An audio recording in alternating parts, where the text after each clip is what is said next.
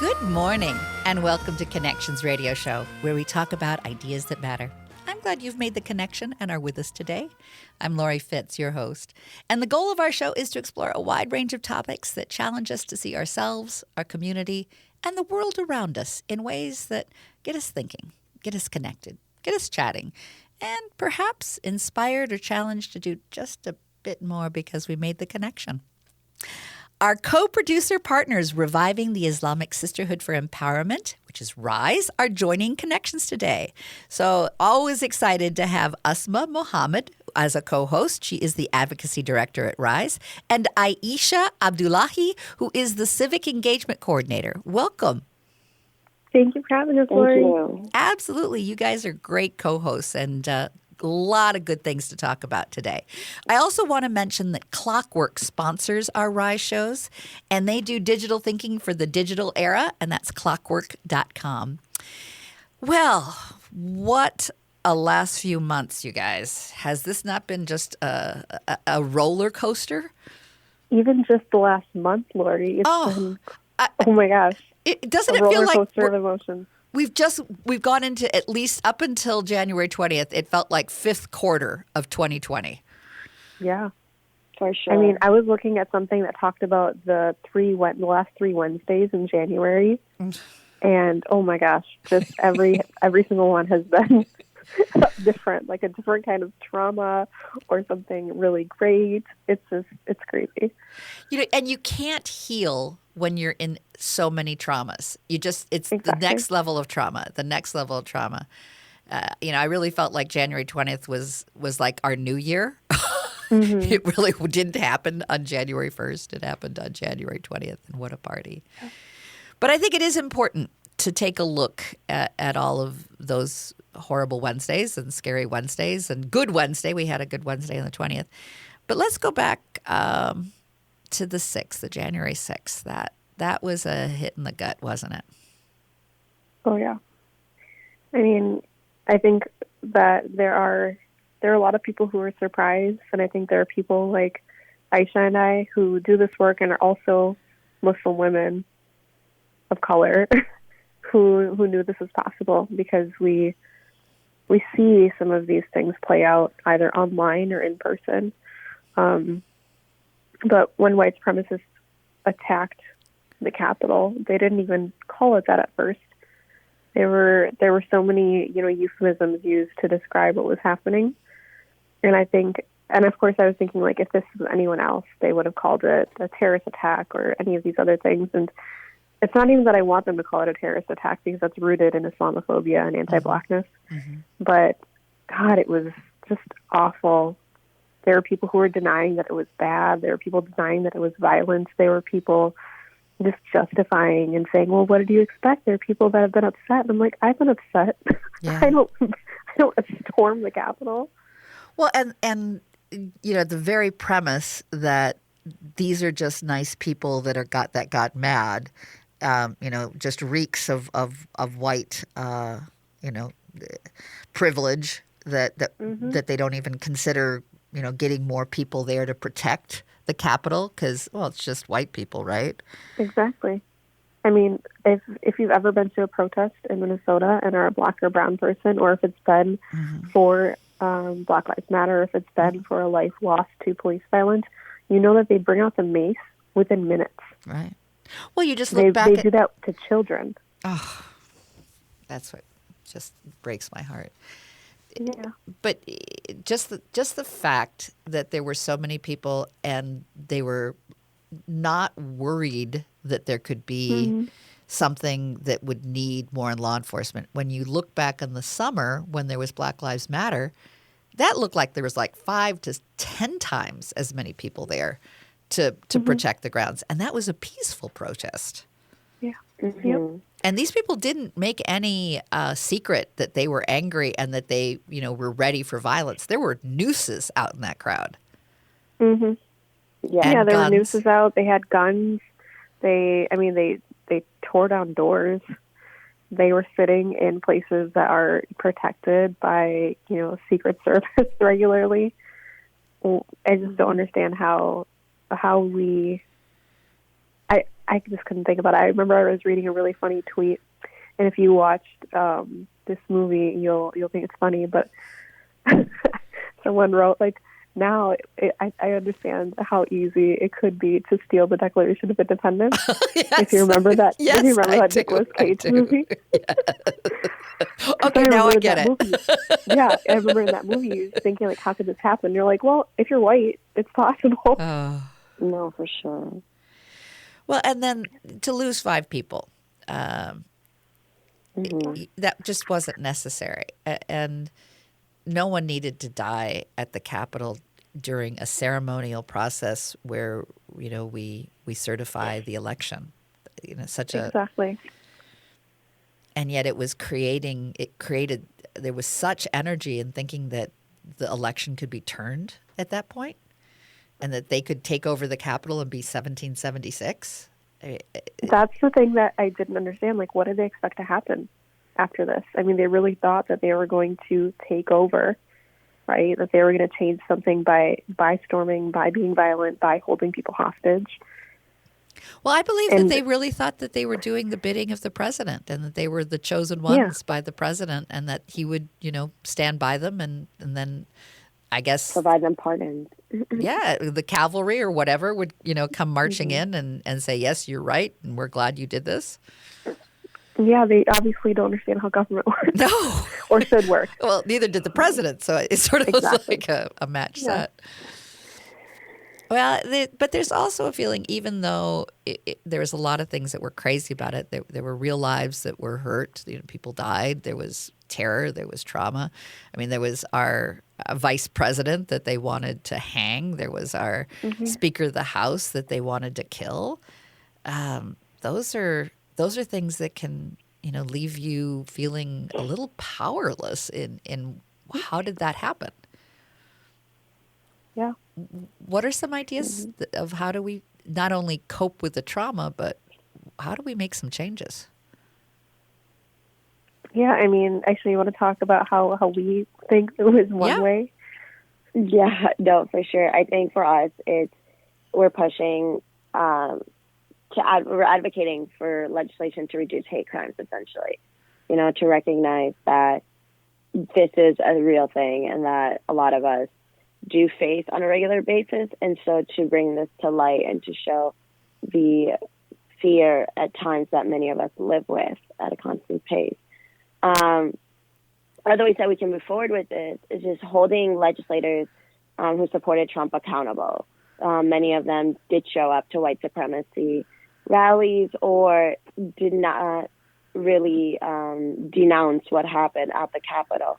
And so for them to continue being held accountable and at times even be removed from their seat just because what they're standing and what they're supporting for is violence at the end of the day. And we don't acknowledge that at all and would like to show light to that. And then I guess lastly, to continue tracking these elected officials and just showing how they deliver or follow through with their legislations and their promises. Yeah, and I think that, so after what happened on the 6th, there were several members of the Minnesota Republican Party who said, we're against this.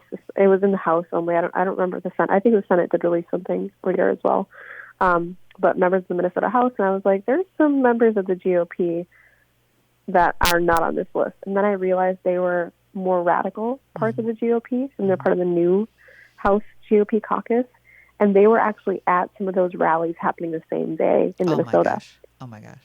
So how terrifying is it that we have those people that have power to write bills and vote on bills and, put legislation into actual action? I think it's how is it, I mean, of course I know how we've gotten here, but I just don't understand how so many white folks in Minnesota are oblivious to this. How are they not seeing that this is happening in our own state? I think Minnesota is one of the states where if anything like storming the Capitol could happen, it could happen here.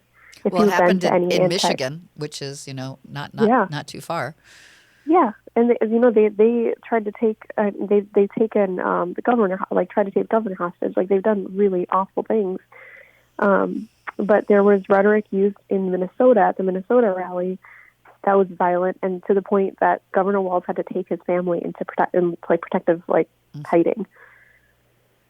So those things, I don't understand how there are people who think that this couldn't happen again, that it's all over. It's not over. That was just one showing of a couple thousand of Trump supporters, but there are many, many in Minnesota who are hiding, who are waiting to see when their leader or somebody else pops up to tell them that there's something new to work on.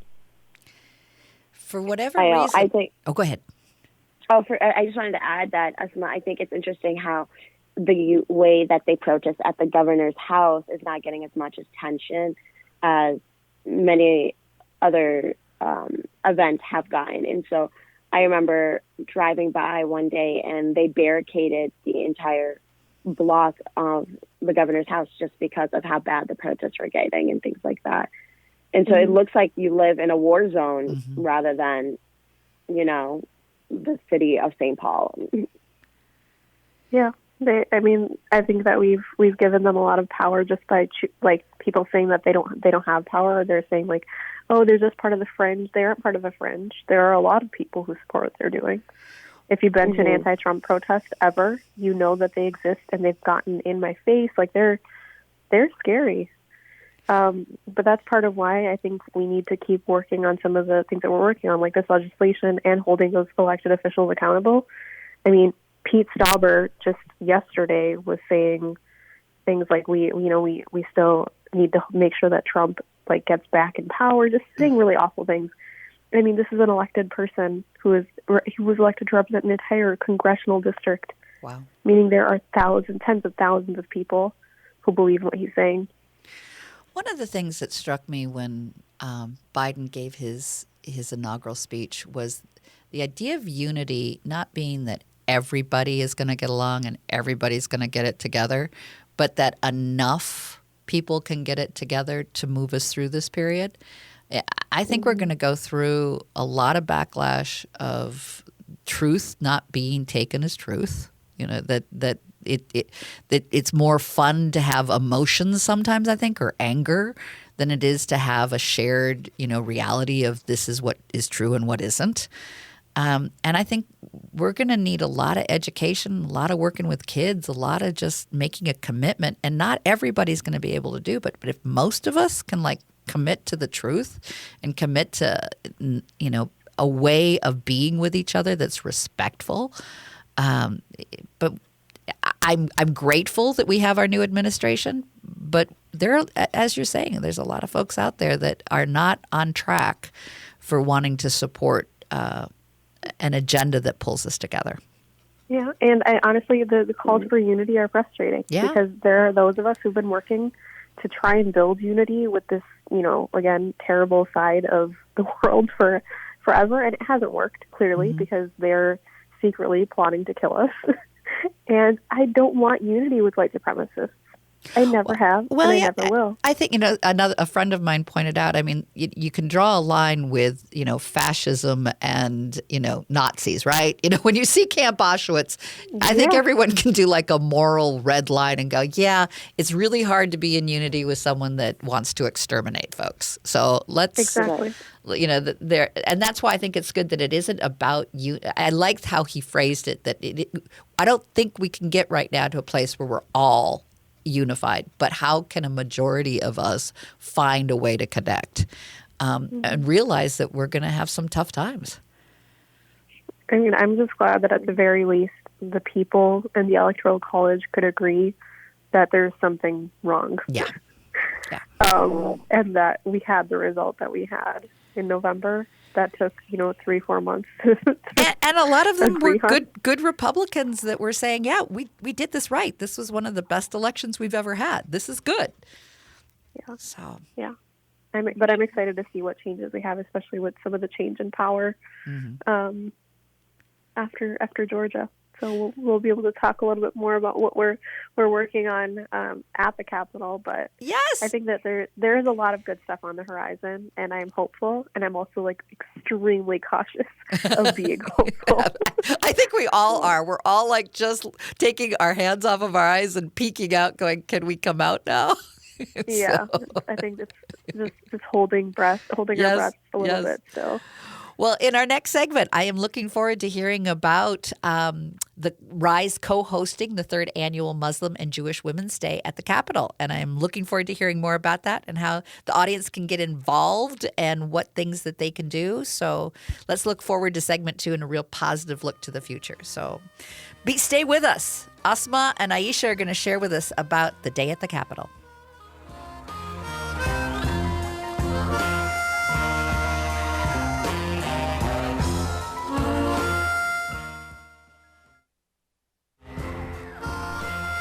Welcome back to Connections Radio Show, where we talk about ideas that matter. I'm Laurie Fitz, your host, and our co-producer partners, Reviving the Islamic Sisterhood for Empowerment, RISE, are joining the Connections Radio Show today.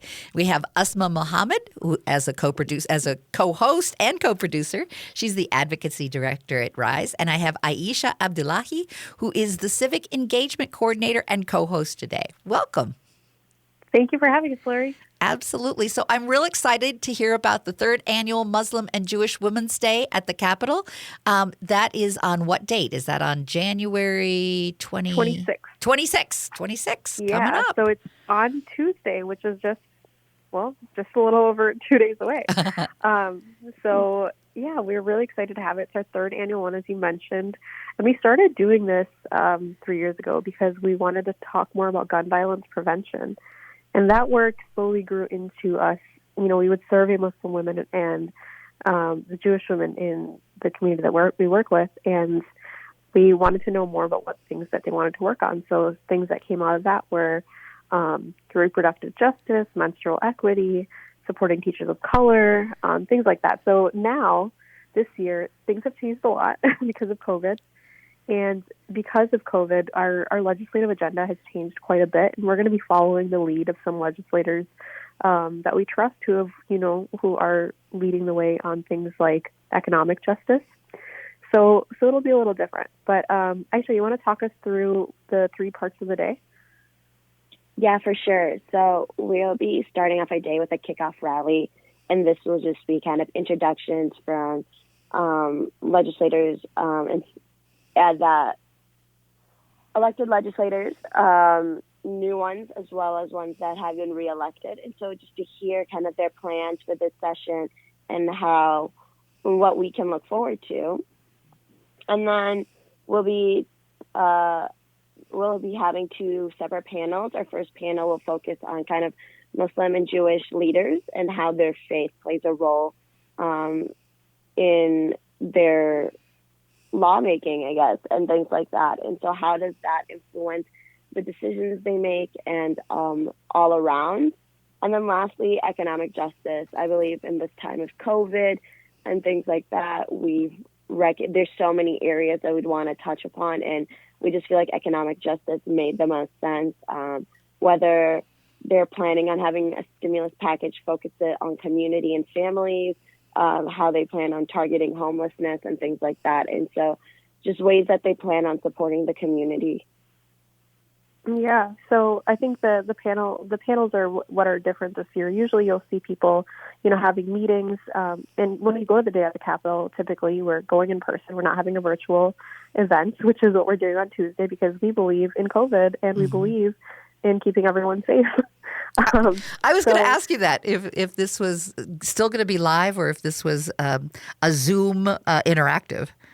Yeah, so it'll be a Zoom interactive, and then we'll have it on Facebook Live as well. So for people that want to just watch via Facebook and not sign into the Zoom, that's totally okay.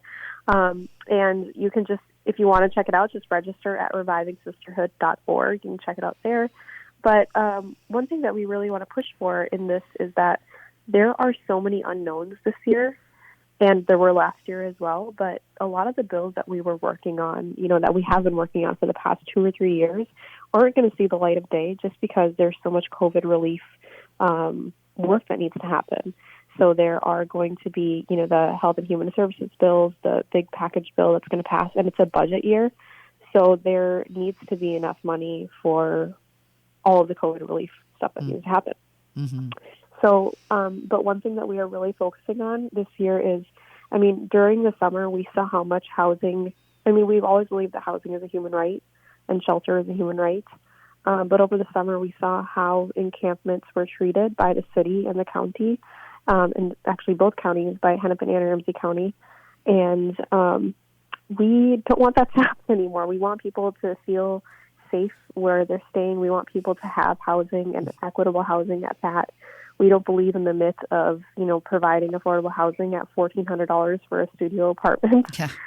So we're hoping to follow the lead of some legislators who are on the task force for preventing homelessness. And we use the term houselessness, or how people experiencing homelessness or people that don't have homes, just because we know that it is a temporary thing, right? Mm-hmm. We know that this is just a point in that person's life, and we're hoping that they can get shelter soon. So we're working on a lot of different things. So this economic justice panel will kind of allow us to capture a lot of different work. It could be stimulus packages, like Aaisha said, for businesses and for families. And it could also mean, making sure that people have homes. It can mean so many different things. And it'll help us understand kind of what legislators want to spend money on right now, because they are in charge of what happens with the budget. So we're excited. And housing is health as well. When you have housing, you can have, it's like the Maslow's hierarchy of needs. You can start moving up into the next level of being able to take care of yourself. And, absolutely. And those things don't... Especially in the time of COVID, yes, Laurie. Yes, absolutely. How are people supposed to function when there are, either close quarters and shelters? Right. Sometimes you can't bring your entire family. A lot of shelters are just for families. A lot of them are just for single folks. Mm-hmm. Like, people have to really pick and choose, and it's unfair, right? Nobody chooses to be. Nobody chooses to not have any shelter. Well, it would be wonderful if this pandemic that has wreaked such havoc gives us a sense of what we can do differently in the future. And recognizing what needs to happen for all people's dignity and for the health of all as well, and supporting. I've got my break. I've overdone my break again. I've got to get to a break so that we can come back and that you can tell us more about what ways people can get involved and support this, and what ways you can engage to continue to support this upcoming day at the Capitol for Muslim and Jewish women. So stay with us. We'll be right back.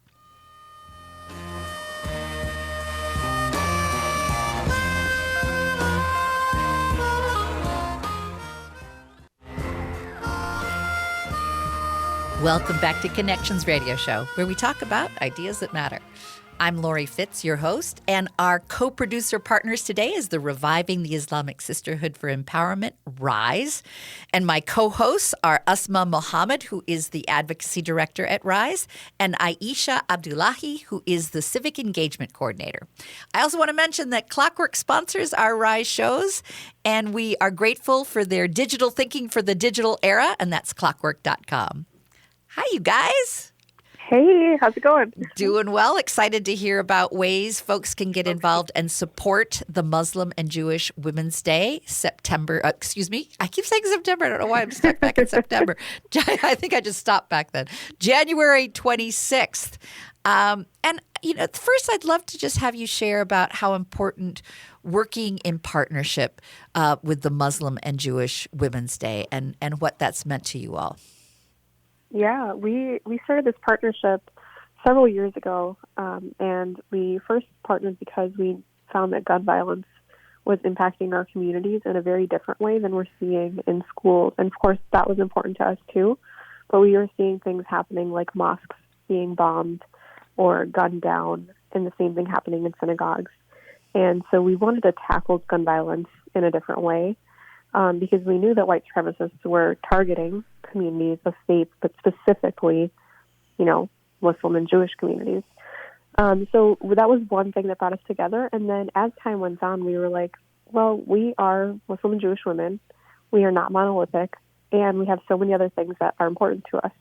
So we shifted a little bit away from gun violence Not to say that it's not important to us, but we started talking about more issues like menstrual equity, getting teachers of color in our schools, working on sexual violence prevention, just a lot of different things. And so it's really just become a sisterhood. So all of the women who are part of the Muslim Jewish Women of Minnesota are, they're experiencing sisterhood, and they're experiencing it through action, which I think is really beautiful, because when we feel like there's nothing that we can do, we know that we can rely on our sisters to find something for all of us to put our energy into. And you mentioned in the last segment that this is going to be on Zoom. Can you tell us a little bit about the panelists? Yeah. So Aisha had this brilliant idea. Aisha, do you want to tell us why you had this brilliant idea of doing panels versus individual meetings?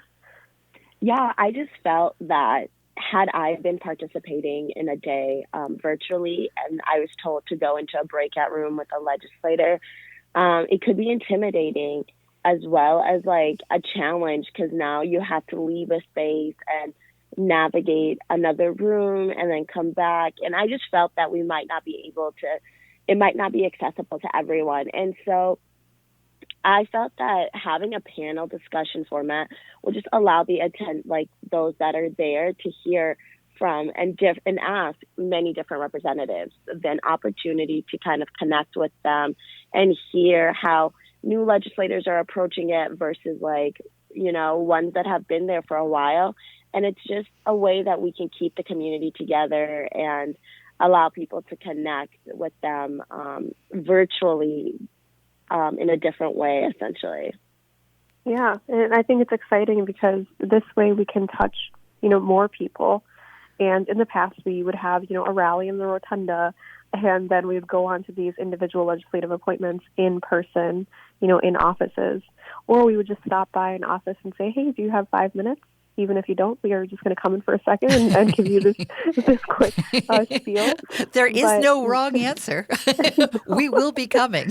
We're still coming, exactly. Exactly. And now we have less access to some of those legislators because they don't have to respond to emails, mm-hmm. and they don't have to come and sign into a Zoom call, but they usually have to be in their offices. So we're here. So we are having legislators that we love and that we trust and that we respect join us for these panels. But we also recognize that this is limited access, and so we're trying to increase that by giving people more face time with multiple legislators at once, mm-hmm. so they can kind of juxtapose different ideas that they see with legislators who are on the same panel. So they can say, oh, Aisha Gomez says this, and Mohammed Noor says this, and Ron Latz says this, for example. Like there are so many different things that people can hear and take in, and we're hoping that helps people understand that this is complicated. People have very differing viewpoints, even if they come from the same party or maybe are the same faith or, could be in the same caucus. We want people to understand that this is hard, and that COVID makes a lot of these things even harder because we don't get that face time, but also that we need to stay connected, and that this is just one way for us to understand what's going on and to support legislation that is equitable. Because at the end of the day, that's really all we care about as Muslim and Jewish women, like people of faith. We care about having equitable policies that will help all Minnesotans, not just Muslim and Jewish women, but all Minnesotans. Well, I think it's also important, as you're saying, this affects all people, that this is education for all people. And I encourage everyone to take a chance, take some time, and to visit these panel presentations. Now, you can get to it just by going to RISE, correct? Yep, just to revivingsisterhood.org. Mm-hmm. And if you're like, I don't want to go to a website, just find us on Facebook or Instagram or Twitter. It's all Reviving Sisterhood, and you'll be able to find all the information. And if, let's say, you don't want to sign into the Zoom call, you don't want to register for any reason, you can just go to our Facebook page, and all of it will be broadcasted live as it's happening. You just wouldn't be able to enter, you can still enter comments and things, and there'll be somebody monitoring that. But the best way to do it is to join the Zoom call, obviously. And when you go to revivingsisterhood.org, it pops up right away.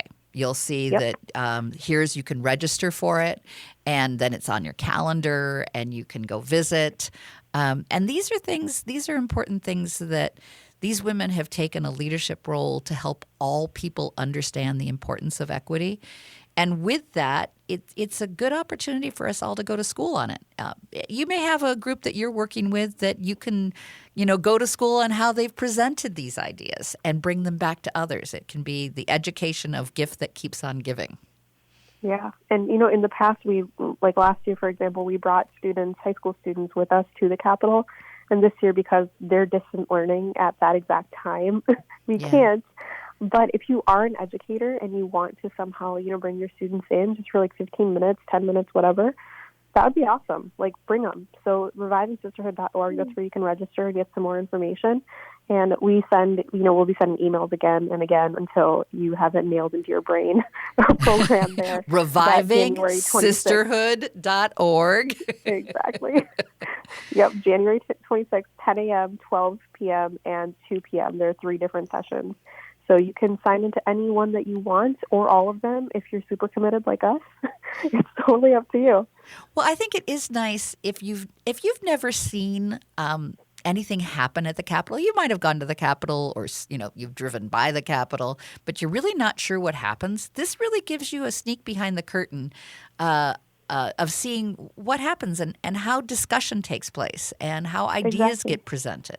Mm-hmm. Yeah, and some of these these conversations impact what goes into a bill, right? So if someone says like, oh, you're missing this piece about houselessness, you're missing this piece about shelters, and somebody that is making that bill or writing that bill doesn't know about it, you could be that person that educates that legislator.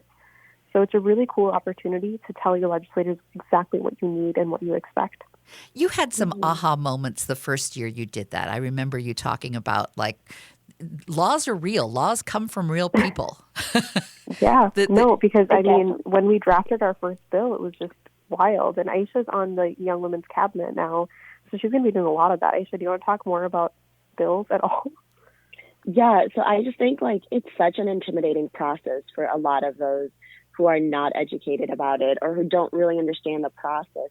And I just think having a day at the Capitol opens that door for them and allows them to kind of listen and understand the process from actual legislators. And that is like the most amazing part about the process. I think it shows them into a world in which they just never really got the chance to see before. And I think now that we're doing it virtually, it's accessible for a lot more people. I remember even back when I was in college, attending Day at the Capitol was such a struggle because it's a full day and I had classes and things like that. But now that it's virtual, I feel like it gives people the opportunity to even hop on for just one panel or 2 panels, whatever their schedule allows, or they can just have it on as like a background and listen while doing work. And so it really is giving people an opportunity to learn more and understand how their tax dollars are getting are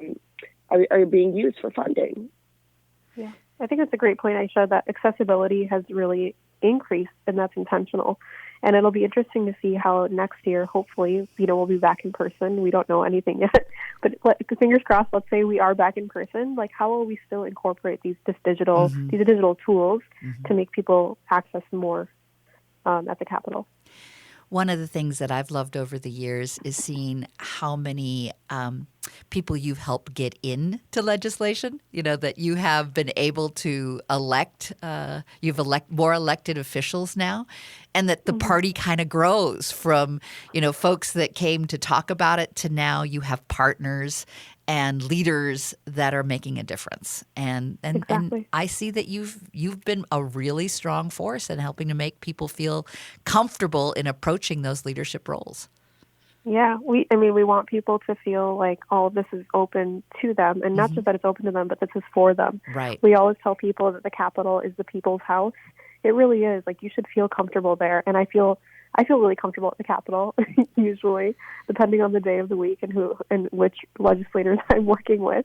But we really want people to understand that this process it should never have been so complicated, and that we're trying to demystify a lot of this, because this making it complicated, that's rooted in white supremacy. We don't want people to feel like this is not open to them. We want people to feel like the Capitol is theirs, the legislator is their neighbor, because that's what they're legally required to be, right? Right.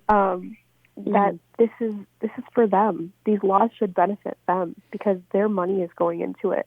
And beyond that, like, we should be invested in what's going on around us. And I think that it takes a long time because all we really get is those tours of the Capitol in elementary school, and then you're kind of done with it. Right. And we don't want that. We want people to re-engage.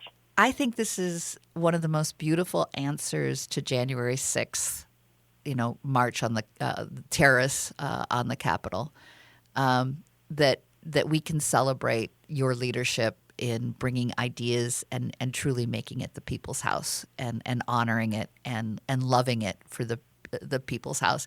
And if the horrible things that happened on January 6th inspire more people to defend the house and be part of the house, then that's something that we can learn from that trauma. And so I thank you for bringing this educational opportunity as a way to say this is our home and we all belong. Mm-hmm. Absolutely. Thank you. Yeah, we're excited. We want people to feel like this is theirs. And even if you're not Muslim or Jewish, or you're not a Muslim or Jewish woman, you can definitely observe. We want to center Muslim and Jewish women in these spaces because there aren't very many spaces that center us all the time. So we invite you to still join in, that you listen in and take time to understand, like, what the needs of, what needs that we're bringing up and what questions we are bringing up from our communities and from our homes, from ourselves. But yeah, anyone is welcome to watch and join in. Just know that we're going to be centering Muslim and Jewish women's voices throughout these conversations. And speaking of celebrating Muslim and Jewish voices, we're going to be celebrating Rise in the next segment, 5 years on the 28th. So let's, I need to take a break and come back and give plenty of time so that we can give a toast to our celebrating of the 5th anniversary of the Rise group and how happy that we are that you are here and have been here for 5 years and going strong.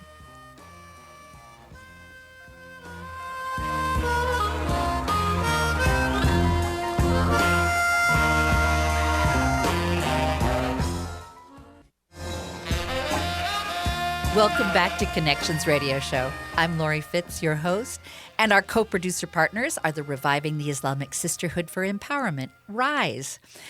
My co-hosts have been today Asma Mohammed, who is the Advocacy Director at RISE, and Aaisha Abdullahi, who is the Civic Engagement Coordinator. And we're celebrating, aren't we? 5 years. We are.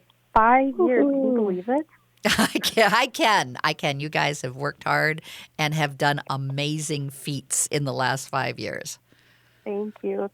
I mean, I just think back to the fact that when we first started, I mean, I wasn't even there for the very beginning, but it was just Noshina, and she wasn't even getting paid because she couldn't get paid for the first couple years. Well, she believed in it. She gave it her and then heart. there were just a few interns, and I think I was the first full-time employee that was paid, and that was, I don't even remember when, 2017 maybe. So it's just wild to me. And now we have a full staff of 7 people. Amazing. Which I'm like, that's so cool. It is. And I remember when she hired you, you didn't believe her at first, or you there was something about how she was hired that she wanted you to apply for the job. Yeah, she wanted me to apply, and I thought she was joking because I mean, I was like, I didn't even honestly. I knew a little bit about RISE, and I had spoken on a RISE panel before, but I didn't know enough to know that there were more staff. And so when I remember I was complaining on Facebook, as I do every now and then, about white supremacy in the workplace. And she was like, come work for me. And I thought, and I was like, haha, Nashina, very funny. And then she was like, no, I'm serious. Apply here. And so I took a leap of faith because at that point I was in education. And here I am 4 years later. So and doing wonderful work. Yeah. So we were very excited. 5 years means, we're going to go all out. We're having a celebration online, which you can also register for at our website, revivingsisterhood.org. You can double register. You can register for the day of the Capitol and then register for our 5-year celebration. Really be all about RISE this week. And we have done good work. And the celebration's on the 28th. Is that right? Yeah. Correct. It's the 28th in the evening, and Aisha and I are going to be dressing up. Aisha, what are you wearing? Oh my gosh, I haven't thought that out. Probably like a simple. I think, yeah, I want to go all out though. Like, I haven't had a reason to dress up in so long, and so this is an opportunity, to put on a nice dress and get up a good hijab for once. Yeah, I'm going to actually do my makeup for the first time in I don't know how long. So I'm very excited. I'm going to put on some earrings. But we have some spoken word artists. We have some musical artists that are going to be joining us. So we're really excited because it's been a year. It has really been a crazy, crazy year, and a year of a lot of loss and trauma as well. So this will, I think, give us a moment to start off on some different footing and remind people that we have so much to be grateful for in this moment, just because we have one another, because we have sisterhood. So it'll be exciting. And there's a video? We had an opportunity. Yeah, we had an opportunity this year to get our work recorded, and so we're really looking forward to seeing the showcase of that at the 5-year anniversary. Yeah. And I also hear there's maybe a little preview of things to come in the future that you're talking about. Yeah, so we'll be talking a little bit more about, what people can expect in the next few years. But there are going to be some new things again on the horizon. There's some really exciting things. But more than anything, I think we're just excited to be sharing this space and reminding people of all the great work that we've done together over the past several years. Like, there are people who were there for that first meeting that Noshina had in 2015, who, are like the founding members of RISE. And then there are people who have just gotten involved in this year, and everyone's equally important to the work that we do. We need everyone to understand that none of this could happen if it was just a one-woman show, right? That this is because of the partnerships we built along the way. This is because people believed in it and believed in this vision of having a world in which Muslim women are celebrated. And so we're going to celebrate them a little bit more on Thursday. And, it's a river that flows. It gathers, and it has curves and turns. What you started out with is, still there but grows. It's very exciting to see. I will stop into the party for sure. Great. We're excited to have you. It'll be a lot of fun. Absolutely. Yeah. And others can too. You can go to revivingsisterhood.org and get to know these wonderful women and the wonderful work that they're doing. Yeah. And see and the outfits. We have some people, we're going to have some people that are on it from our staff that are going to be singing. Oh, good. And have their little ukuleles and things like that, which is really cool. We're really looking forward to it, because I think we do need a moment to just kind of breathe and have fun. Mm-hmm. Because, like I said, this year is a lot, or this last year was a lot, and we deserve to celebrate one another. And have hope, and see the potential, and hopefully, put those 4 years behind us and see the vision ahead. Yeah, there's a lot to look forward to. Absolutely. A lot to look forward to. Well, thank you so much for all that you do and the shows that you bring to us, to our audience, to help gain a greater understanding of how we all can create equity for all, because we all do better when we all do better. So yes, we do. Thank you so much, Asma and Aaisha, and I look forward to having you back soon.